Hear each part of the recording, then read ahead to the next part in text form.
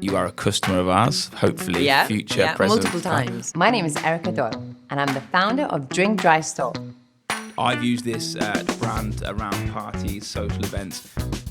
You've actually helped the Allsopp Allsopp private office in launching some of our super luxury visions with the Drink Dry brand. Everybody thought, like, what the hell is this lady doing? How do you go about going to Corona and Peroni and say, hey, I'd like to distribute your non-alc? How does that work? And the guy's like, you're kidding, right? Oh my God, we invested all that money. Do you ever doubt yourself? Never. The younger generation, they do not relate or see any relevance to a happy hour. And my livelihood that I was when I was younger was that you go to a club on a Thursday, a Friday, a Saturday, and a Sunday. My brother's 24. When he was going out, he was like, no, we don't go clubbing. Well, you were interviewing real estate brokerages to sell your house, wasn't you? And we nearly lost. I have nothing to give Erika. And at that point, I was like, this is not good. There is no such thing as the answer no in Humour Dubai. me whilst we're on camera, because we'll watch this later on. Oh my gosh.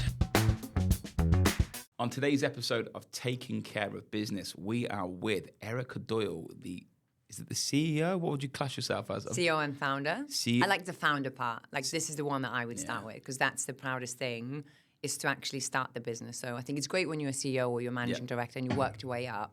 But to start a business and, you know, continue running it, I think that's the element you want people to know. Of Drink Dry, that's the bit I was going to get in there. So we're going to say the founder and COO. Did you call yourself a CEO? CEO. CEO. Yeah. Nice. Okay. Well, welcome to this podcast. Like, does it matter what titles people have? No. I've changed my title multiple times, but basically I still do the same job. I still run the ship. Yeah, exactly. The end product is still the same. Thank you very much for coming on today. Pleasure. So you are one of the success stories in Dubai, and also we're going to talk about later. You are a customer of ours, hopefully, future, present, multiple times. Multiple times, and you've actually helped the Allsop Allsopp private office in launching some of our super luxury visions with the Drink Dry brand. I did, yeah. We did a fabulous event with you guys when you launched one of your Albarari properties, and we were serving our non-alcoholic drinks, and it was a great success. So I'm a massive fan of Drink Dry. Anybody that's following the brand, I'm sure you'll be able to jump in very quickly in a minute, but from the brand launching in Dubai, you've got some of the best non-alcoholic drinks in Dubai. You have Corona, you have the gin. I can't remember what gin it was when we were there. Tanqueray Zero, Guinness Zero, Peroni Zero. Anything that you can think of a global brand that has released a 0.0, we made it our business to be the exclusive importers and distributors of that brand here in the UAE. That's absolutely, I think you are on an incredibly hot seat that if that is driven correctly, which it will be, I'm sure, is the next big thing. But you know, it wasn't the case 5 years ago. Okay. I was the crazy lady with a trolley that bottles were banging in the trolley going from place to place. Well, air stewardess. No. That's what it sounds like. Chicken or beef.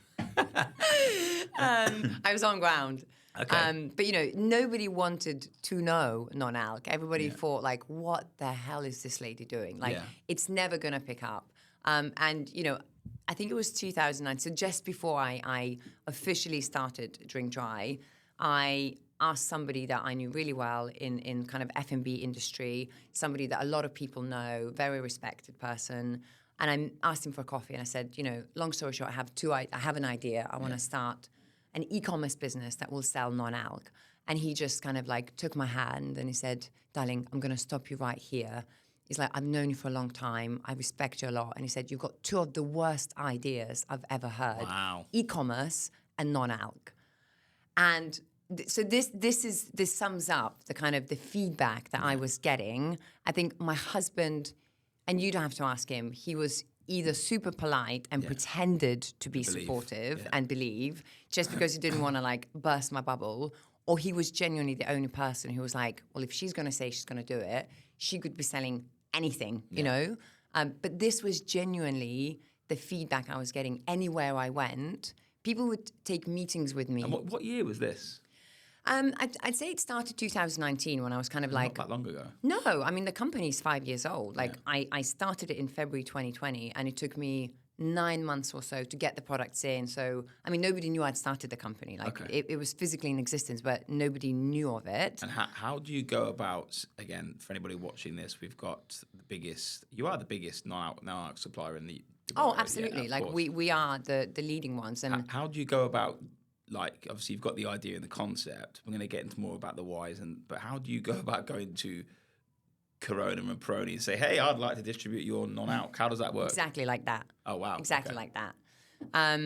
If you know, I'm a great believer, a lot of great sayings, and I teach my 3 girls that if you don't ask, you don't get. Yeah. Like, why not us? Like, why not us? Why anybody but us? Yeah. So if you don't ask, you're not going to get. And I also strongly believe, and I think my kids genuinely use it now against me, if the answer is no, you are either asking the wrong person or you're asking the wrong question. They go to dad. Probably. But I use that in business. Like, this is my everyday mantra. There is no such thing as the answer no. There has to be a way forward. So, you know, And did they say no to you, Corona and Peroni, these people, or did they say yes when you were They don't say no. They're too polite, you know, and they would say, well, you know, we've got, I don't know, we're considering African and Eastern or we're considering a different distributor. Why don't you put a pitch together? And you go, damn right I will. And my pitch is going to be so much better than everybody else's, and we're going to show you what we can do. So they don't just give it to you. Like, you have to show. It's like And did you win the pitch? Absolutely. Wow, congratulations. I've got a great team. Like, you know, I don't come from a background of business. I don't, you know, when I started this, and again, another story for you. I went to, I think it was Boca in the IFC, and Omar was a friend of a friend. So, and he entertained a meeting with me because somebody asked him to. Okay. And I presented 2 products that I had, and he was like, that's great. I'll take 10 cases of this, and I'll take 3 cases of this. Like, I was buzzing. I got home. I've got a container full of these products in the warehouse, and I'm like, oh my God, I've just sold like 13 cases. And my husband said, well, that's amazing. Like, what margin are you working on? And I looked at him and was like, what's margin? Oh, wow. And the guy's like, you're kidding, right? I'm like, no, like, what's margin? He's like, oh my God, we invested all that money and you genuinely have no idea what margin is. I'm like, tell me what margin is. Have you not come from business before? No, my background is politics. I worked in wow. Parliament. I did parliamentary research. I worked with ambassadors, like completely. Did you have margin? That's what I want to know. At that point. Well, I had to Google what margin is and how to work it out. Yeah. I had to make up an invoice. Like, I had no idea what an invoice is. Did you make margin on that first sale? I did. That's all that matters. It means you've got a real over business 30%, at that point. So that was good. Yeah, it's a good place to be. But, you know, so you start from a place where you don't know much, but you have to surround yourself with good people. So you asked me, did we win the pitch? You know, to this day, like, I go into a meeting with the likes of AB InBev who have Corona, and they're talking hectoliters, and I'm like, guys, can we like break it down? What is that in bottles? And they're like, and they kind of like laugh, Snigger, and, you know, like, Erika is still working in bottles. I'm like, yeah, but that's okay because I have 7 people in this meeting who all talk hectoliters, so I don't need to know. I am the dumbest person in my management meeting. My CFO was ex-Bank of China, and my head of tech worked for some of the best. And I sit there and say, give me the dumb version. I want to do this, and you go and make it sound intelligent. Do you have a gut feeling? Or? My gut's my strength. Yeah. I know when something's right and something's wrong. And the best things I've ever done in times of 2019, COVID, Corona, I've bought properties, I've accelerated the business when everybody else has been in fear. I just know. My gut is everything to me. And you know your business, and I think this is when you say what's your role, and I say founder, and I mean that because I have fantastic people. You know, I've handed over the reins of running the day-to-day to somebody in January. So he's the managing director, and he's so much better than I am. Like, I look at the things he's doing, and I'm like, he's so much better than I am. But I know my business, and I know the vision better than anybody else. Like, I think that's a founder, Erica. I think what you'll find is that you can. I've got great MDs and people, and they're amazing at operating the business. But the founders are the one with the vision. They need to get that across to people to execute, and otherwise, you're just going to have a team of really good managers and leaders. But there needs to be somebody with saying, "This is the direction we're marching in," and you need a brave person to be in that role that's saying to you, I'm going to be the number 1 non-out company in Dubai. Or in 2008, we're going to be the biggest real estate company in Dubai. And this is how we're going to do it. And if people believe in you, it's possible. I know. Do you ever doubt yourself? Never. No, I doubt myself in the field that I'm not good in. But if you put me in a room with anybody today in the UAE, sheikhs or anybody, I'd sit and talk property and I'd know it inside out. I could do it on a stage with 1,000 people or 100,000 people because I just know it. If you ask me to talk about something not so comfortable, you'd know I'm a faker. That's exactly, somebody will say to me, can you do a keynote, or like, can you talk about e-commerce, or can you talk about non-alc tomorrow for an hour? I'm like, yeah. They're like, do you not need to prepare? I'm like, Never. No. Yeah. Because I know what I want to say, and can I speak for 2 hours, please? Like, because you know your industry and you know your business, and I think that is so important. So since setting that business up, obviously I know the business. I actually laugh when I see the brand around. I'm like, I know the girl, she's that client. What's been the biggest challenge you faced running and setting up a startup in 2019 for never been heard of before, didn't even know what margins were? Yeah. What's been your biggest thing where you thought, wow, that's been difficult? Lots of different things, but I think changing people's perspective, and I mean B2B. What we've done, and I when you're starting something new, a brand new category, a brand new trend, it's not enough to provide a supply of products. You also have to be in charge and take lead in creating a demand. And this is exactly what we did. So we started the business as an e-commerce. So we were speaking directly to the consumers, and we were educating them on these products, that they're available, what they taste like. We wanted them to want the products at home to start with, and then we wanted them to go to their favorite restaurants and demand it. We wanted people to go and say, hey, do you guys have Corona Zero? Because they know that it's available. They know they buy it at home. So we started with that demand creation. And would you say when you started, demand wasn't there? No, because nobody wanted non-alc. Nobody even realized it existed. So we literally started the category here from scratch, even like, well, this is what it is. Like, do you want to, take a look at it? This is what it is. Yeah. And then, so this was challenging, but fun. Yeah. And we were getting good response, and it was exciting. How were you doing the demand? Is it basically putting it on the menu, a bit of marketing to say you don't need to? No, we were doing a lot of grassroots marketing. This was just me, my trolley, my drinks, and... Are you on the plane again? No. Okay. I'm on the ground. But, this was me from... mum coffee mornings with 30 people to afternoon on stage telling about non-alc. And then hustling all the time. And when you do that enough, you actually make an impact. Yeah. It's probably, and I think bootstrapping a business, it has so much benefit to it, because when I was self-funding the business for the first 2 years, and it has its charm because you have to work so much harder to get your message across, but you create real impact and real customers and real ambassadors for your brand. So, no one will care about like you care about it as well, and that rubs off on your marketing, your brand, your conversations. If I meet 20 ladies and I tell them about this amazing non-alcoholic Prosecco and how it will be amazing for their pregnancy or their baby showers or this, that, the other, and I mean it, like and it's my business. Yeah. When they leave that room, I've got 20 ambassadors that are spreading the word of non-alc and drink dry. It's a hard one, though, isn't it? Because you don't want to be the preachy one that says don't drink, because there's nothing more annoying.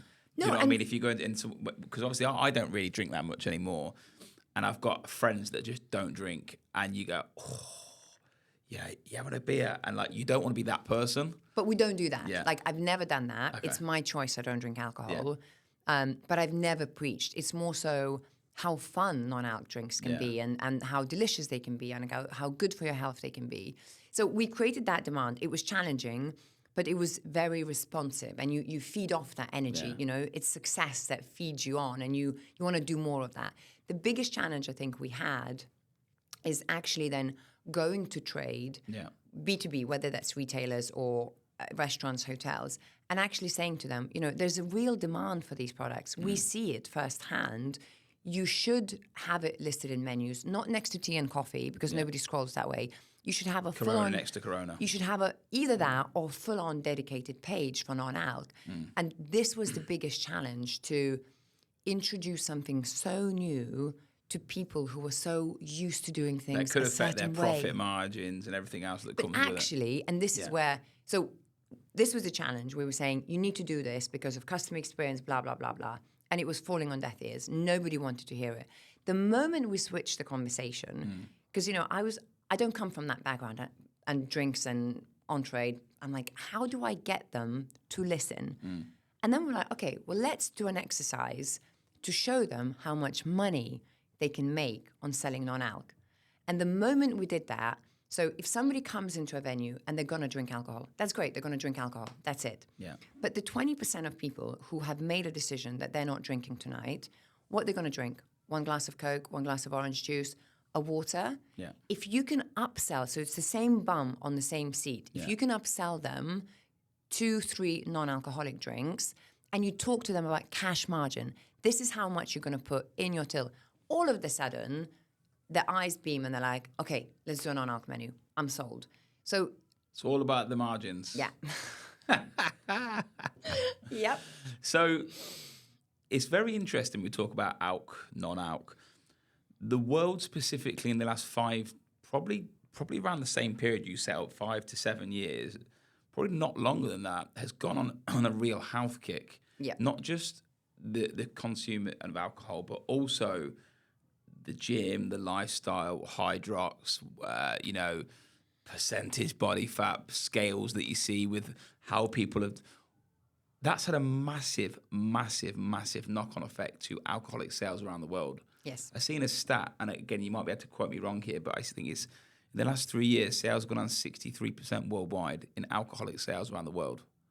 Look, I think it's you can take the stats and shift it how you want it. Make the I think story out. globally, it's still fine, but in developed markets where this health kick, the conscious consumer is now conscious, the sales of alcohol are in decline.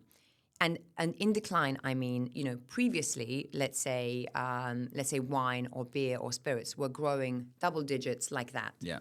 They're now growing like that. Yeah. And that's a decline. Even though it's not yet in the red, when you're not growing like that, you're growing like that. In a consumable category, that is a decline. Yeah, no, I agree. And they started seeing that. Beer is now in actual decline. So whether they like it or not, they need the Corona Zeros. They need the 0.0 equivalent if they don't want to lose the consumer. You can see it there with like nightclubs in the UK as an example, or bars and restaurants. If you go to a city centre, in most places now, unless it's like London, which is its own ecosystem, the nightclubs don't exist. I think they're saying I think it's something crazy, like 3 or 4 nightclubs a week are closing in the UK at the moment. Yep. And my livelihood when I was younger was that you go to a club on a Thursday, a Friday, a Saturday, and a Sunday, and it's wild. My brother's 24, and if you speak to him, when he was going out, he was like, "No, we don't go clubbing." I'm like, "What do you do then?" Another crazy thing, the younger generation, they do not relate or see any relevance to a happy hour. So think of, as a 20-something-year-old working in London, happy hour is what you did with your colleagues three times a week. You almost had to. It was part of your work. Now, happy hour is dead. Because in London, it's not, though, I will say. Last time I was back, and it might be different, but last time I was back in the summer, it's really nice to see people finish work and they stand out on the streets. I'd love to see what percentage was actually drinking alcohol and what percentage was drinking non-alc. Yeah. Because it's less about the drinking. It's the socialisation. It's more about socializing. 100% agree. 100% agree. And do you see that as a thing that happened with COVID? Or I think COVID for my business was a bit like yours. You had your gut feeling and you accelerated. I definitely, I started the company in February 2020, then COVID came. And it was the best thing I did because the ecosystem around e-commerce here developed overnight. All of a sudden, you had so much choice as an e-commerce player that you didn't have before. The consumers who weren't previously digitally native went online because they had to, and they enjoyed it, and they stayed shopping online. So, COVID, e-commerce grew, and people, I think we started COVID as people overeating, overindulging. But as we're coming out of it, we became a lot more conscious, not just the food that we were eating, the drinks we were drinking, the life that we made for ourselves from professional, choices that we made. People gave up their jobs. People started their own businesses. So I think COVID was overall a great time for people to reassess all of that. I agree. And that definitely contributed to the growth of non-alc, but it definitely made the timing that I started Drink Dry just prime. I think Drink Dry is in the ecosystem of people living that healthy life. I look at myself now. I am wildly loyal at lunchtime to K-Cow, like wildly loyal. I know Andreas and the guys there, and it's great food. And I know I'm going to have it because I know the calories in there, the protein, and I have it, and it's actually nice food. Yeah. And then I'll train 4 to 5 days a week. I sauna 4 to 5 days a week. If Lewis at 22 would have laughed at that guy, blah, what are you talking about? I used to get McDonald's to my desk when I was the CEO of the company. And I think if someone got a McDonald's to their desk, even in this office, people actually would judge you a little bit. Like, oh, Mackey's, are you hanging? Like, it's the first thing that you think. So I think the whole lifestyle thing, and this is a question for you. I look at my parents, and when they were 20, 30, 40, they never went to the gym. Was yours? No, not because at it all. wasn't a thing Not at all. In that era. The gym was not a thing, and there's more gyms everywhere, and there's 2 gyms in this building. But I don't know, like my dad, I come from a really humble working class background. My parents always had 2 jobs, both of them, as a minimum, so they could send my sister to the best school. We played tennis. We lived a middle class lifestyle as children, yet my parents were incredibly working class, but because my parents worked obscene hours, and my dad always did physical labor, so the gym was probably the last thing he would ever wanted to do. My mom would do an office job, a sales job, sell Amway, Tupperware, I mean, I think they were physically a lot more active in general. We're just on our laptops, just sitting having a coffee. I think their lifestyle was just very kind of different anyway. They were a lot more active. Do you reckon you put a steps thing on their watch, they would beat us today? Yeah, totally. I actually think they would as well. Okay, fine. So talking about Erika Doyle as an entrepreneur, we've also got the family side of it and the client side. It's quite apt to talk a little bit today about you just agreed a sale with us. I have today. Right this literally second. like 10 minutes before the podcast. Okay. Yeah. So interesting thing that come about this is obviously we've crossed paths before. You were actually interviewing real estate brokerages to sell your house, wasn't you? I was, yeah. Okay. Is that not a done thing? I think weirdly, people don't follow brands here at the moment. They go with people that they know, which is strange unless you go in the upper scale of the market, which is what your property sits in. What was your experience working with Allsopp and Allsopp and also maybe other companies? Obviously, as a seller, what was that like?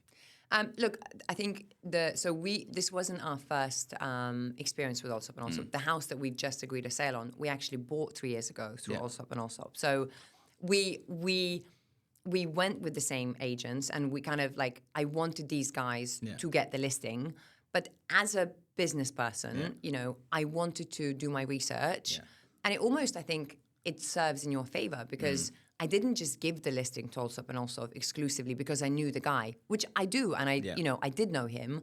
I actually set up a full day where I interviewed 4 or 5 different estate agencies and the owners of the agency, the senior guy, 3 or 4 people came from each agency, and they pitched their services, why they're the best, why they're the experts in this. And we nearly lost. Well, we did. But the good thing came out of it, right? Good thing came out of it. And I think, you are the market leaders, and you did pitch very, very well. And your guys they've been in the market for a long, long time. They've got a lot of know-how. So they have a lot of know-how. And I think that potentially is something that in that particular meeting served against you because your guys come in and everything is here. Correct. They are a walking, talking real estate know-how book, each and every single one of them. Somebody else is bringing the pitch deck to you. Exactly. So anyone watching this is interested. So me and Erika had a conversation. I will take credit for this. So we have always had valuation decks. So for meet an owner, I've been doing it since I was 16. And you go and meet an owner, and if I met Erika, I'd say, here's a paper book binder of properties for sale, how we're going to sell it, etc., etc. When we went digital, we didn't have this, and we stopped doing print. I don't print anything at all. And when we met Erika, said to our guys, you're not really delivering anything for us. Other people have shown what they're going to do. And Rob Kemp's come to see me, and he said, Lewis, what are we doing? We're the biggest company in Dubai. I have nothing to give Erika. And at that point, I was like, oh, God, this is not good. We're digital, but surely, if you give a key ring to somebody, it's to remember the brand and everything else. There's a reason the brand's on a bottle of alcohol. You know what it is. Anyway, I'll just show this to the camera now. Off the back of what we did, we launched the valuation. And the valuation tool basically will give you dynamic information about how many applicants we've got, what we're going to do, what the journey is with salaries. And that come from a meeting with Erika where basically we had nothing to give, and now we digitally will give you your journey. So we do owe you a thank you for You're very welcome. bettering the business. And that's a founder's mindset. You know, I still care at that level that our business isn't doing the things that it should do. I'm so impressed. Honestly, I'm so impressed that the customer's feedback leads to something like that being developed internally. I think that's amazing. Yeah. But no, look, we bought and sold properties through Allsop. This is the next one we're doing. I've told you, off camera that I want a project, and that's kind of like I finally managed to get my husband agreed on it. So we're going to embark on a project of the kind of the house that we want to forever live in Humour Dubai. me whilst we're on camera, because we'll watch this later on. Oh my gosh. Where's your dream area that you'd like to, that's realistic, that you can say, cool? Is it Jumeirah Islands? Is it Meadows, JGE? Like, where do you see you taking a renovation project and turning it? Because we're going to watch this back and see if it happens. Yeah, and we've been around a little bit. Yeah. So we started in Arabian Ranches 1, then we moved to Polo Homes, super big houses, super, super nice. We did actually then move back to Arabian Ranches when we bought, because I love the community there, and I love the size of the plots that you have available that none of the new builds have available. So I do like Jumeirah Golf Estates a lot, but my kids are so happy in their school, which isn't quite convenient for me. So when I put all the pros and cons, Arabian Ranches 1 always comes to me as the place I want to be. The houses aren't too massive, because I don't know how to live in a big house. Your house you're in now is the biggest really you're going to get in the development. Yeah, that's the biggest we're going to get in that development. And actually, I'd be okay with the slightly smaller one. Yeah. We lived in Polo Homes in Arabian Ranches, just across the road from Arabian Ranches. I've always called Polo Homes Arabian Ranches, and Rob told me off. He said, no, Polo Homes is Polo Homes. Polo Homes is Polo Homes. If you live there, it's Polo Homes. You're not allowed to say Arabian Ranches. Absolutely not. I never knew that. No. But, the house was too big, and I kid you, for me as I live, I kid you not, the day that we were moving, one of my daughters walked past something that we called a library, and I had laid a white carpet there, so nobody was allowed to step in for 2 years because it had a white carpet. Yeah. And my kid walked past and went, oh, there's a room here. I never knew that. Wild. And that made me think, and that house was insanely big, and I was like, I don't want a really big house, because as a family, we live differently. We like being together, So for me, Arabian Ranches 1 offers that perfect size house for good, comfortable family living, looking over a golf course, good size. Is golf course a must for you?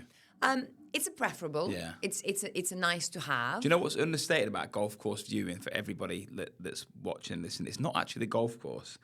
It's the open air in front of it. Correct. So I live on JGE, and basically mine is actually a tee box that I'm on. So I lived on the golf course. But when I go into my bedroom, I literally look like I'm in a forest. It is so deep into land that you people have messaged me on Instagram went, where is this? This looks like you're in England, and I love that there's no house in front of me. Agreed. So I think it's definitely preferable. So for me, it's I've done a lot of looking around, and at Hillside where you live, I think it's beautiful. Yeah. But for me, I always come back to Arabian Ranches 1 as where I feel most comfortable. I love the communities there. I love the... School's a big part of it as well. It's if your kids have got friends there and your school's there and everything else, people forget that pull. It is huge. One of our friends lived in JGE, and they just moved to Tal Al Gaf, and their kids go to RGS. Yeah. And I was like, are you going to move back to JGE once you've sold your house? So, well, actually, I love walking the kids to school and that community feel. And I think as you go through that process of life, having a family and kids, I suppose your preferences change along the way. But look, that's okay. I think, as people, we change. A 20-year-old Erika would have never wanted to start her own business. A 25-year-old Erika wouldn't have wanted that. A 36-year-old Erika wants to start another 2 businesses. You said you were 28. 36 on the back of Drink Dry, you know. So our priorities change in life, where we want to live change in life, you know. Our kids are currently sort of young age. Well, give it another 15 years when they're at universities in the UK. You may want to live somewhere completely different. I'll be in Saint-Tropez. Well, there you go. With my Drink Dry. I'm not leaving Dubai. I'm staying right here. Summer, Saint-Tropez. Winter, Dubai. Agreed. That's where you want to be. And just Agreed. everybody walking past. My favourite thing about London, sandwich paying these places, when you're sitting in a cafe or something and you're judging everyone that walks past. I'm so good at that. I am absolutely brilliant at that. But you need a good partner. My husband is not great at that. Oh, okay. So I'd be left on my own doing that. My wife loves it as well. Oh, what do you reckon they do? Oh. No, my husband doesn't have the headspace or the time for that. Well, look, if you're watching this today, Erika and Drink Dry are by far the #1 brand that you should consider. If you're going out socialising, don't order the Coke Zero because people ask questions, why are you not drinking? I've used this brand around parties, social events. It's going to absolutely explode over the next few years. As an investor, client and a business, really happy to have you on. So thank you very much for coming. Thanks, Lewis. Thank you. Cheers, guys.